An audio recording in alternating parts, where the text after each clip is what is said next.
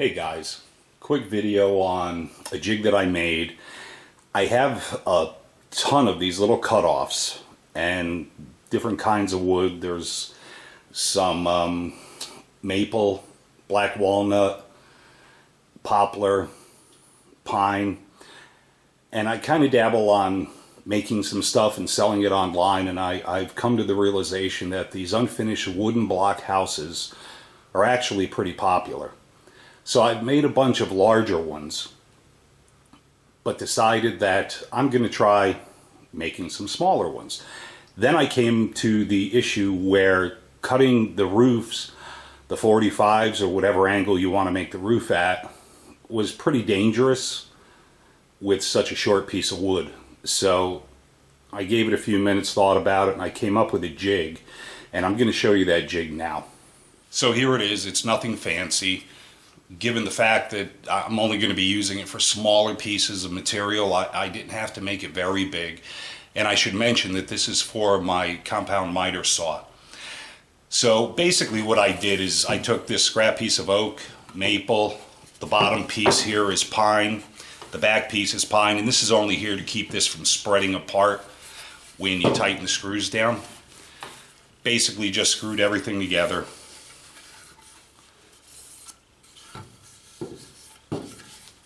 Made sure the bottom was nice and square and flat, and this is the side that's going to go against the backstop on the miter saw. Definitely need to make sure this is 90 degrees. Drilled a couple of holes. Got to make sure you can see what I'm pointing at. Okay, cool. Drilled a couple of holes.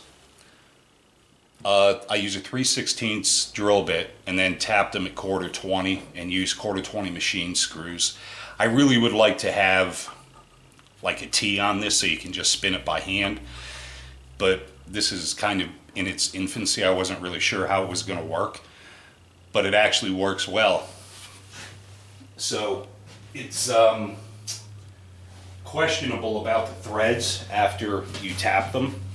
So what I did is I took this stick fast CA medium, a Q-tip, drenched the Q-tip in the glue, ran it through the holes, made sure it was on the threads that I cut, let that dry for probably an hour anyway. Then I took my wax, heated the wax up and melted it in the first probably 10 or 15 threads of the machine screw, and then force the screw back through. It's going to be, much tighter after you put the CA glue in there, because it obviously is filling the threads, but it's going to make them much stronger. Not that you have to wrench down on these to keep your workpiece in place, but it was just a thought to make sure that I don't have to replace this piece because I stripped these threads out. And again, you don't really need to tighten it down to the point where you're going to damage the threads. So let me show you real quick how this works. Okay, and I guess it's worth mentioning that when I had this done, I cut this at a 45 just to make sure that my hardware, and I had kind of like a starting point on the saw, because you definitely don't want to be cutting into screws and stuff like that. So basically all you really have to do is take your workpiece, and you can see this is probably 2.5 inches. Put it in there. I use this filler block, and it's only because these screws aren't long enough to go all the way in. And I have this old combination square ruler that got rusted. I can't really read it anymore, so I kind of just kept it around using it as a straight edge. But put that in there so you don't damage your wood if you care.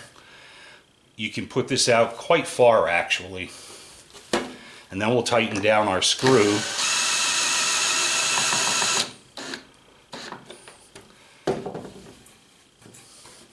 And you see it holds it in there pretty well, and it's way past the 45. So if I was doing this like I did the others, this would be further down this way. But just to give you an idea how this works, and it actually is a little bit helpful to put another block of wood in the back here that's the same size to keep it from rotating like you probably noticed it did. And that keeps everything nice and straight. That's how I did it anyway. I'm not sure why I didn't mention that while I was putting this together. And really, that's all there is to it. You know, you measure your workpiece, you draw a line on the center, you cut your 45, then you loosen your screw, flip this over, and unfortunately you have to draw a line on both sides. And then you cut your other 45, and it's really easy to, if you overcut or undercut, just to kind of move this back and forth so that you can adjust it. And I'll show you what I mean. I'm going to eyeball this. I'm not going to measure it, but I'll show you real quick what I mean on my combination saw. Alright, it's going to get a bit loud with the saw running, so you may want to turn your speakers down or your headphones. And again, I'm just going to kind of eyeball this.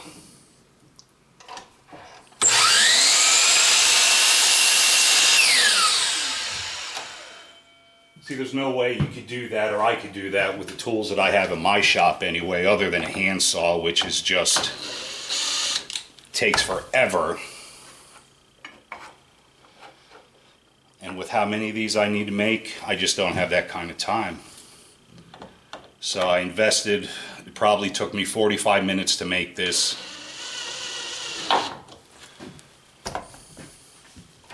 And I'll be able to knock a lot of these out.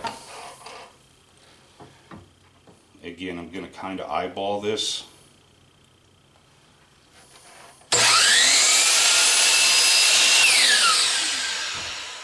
And I'm going to go out on a limb and say my eyeballs need some adjustment. But long story short, if you draw your line, you'll be much better off. But anyway, it does work. It works well. It's much safer.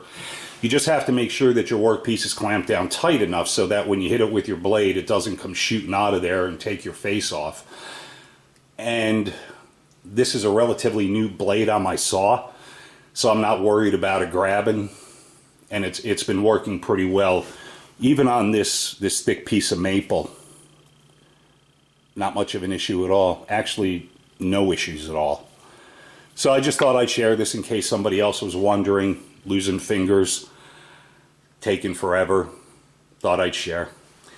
Guys, today is Wednesday, October 18th. My God, Christmas is right around the corner. Y'all enjoy your day and we'll talk soon. Take care now.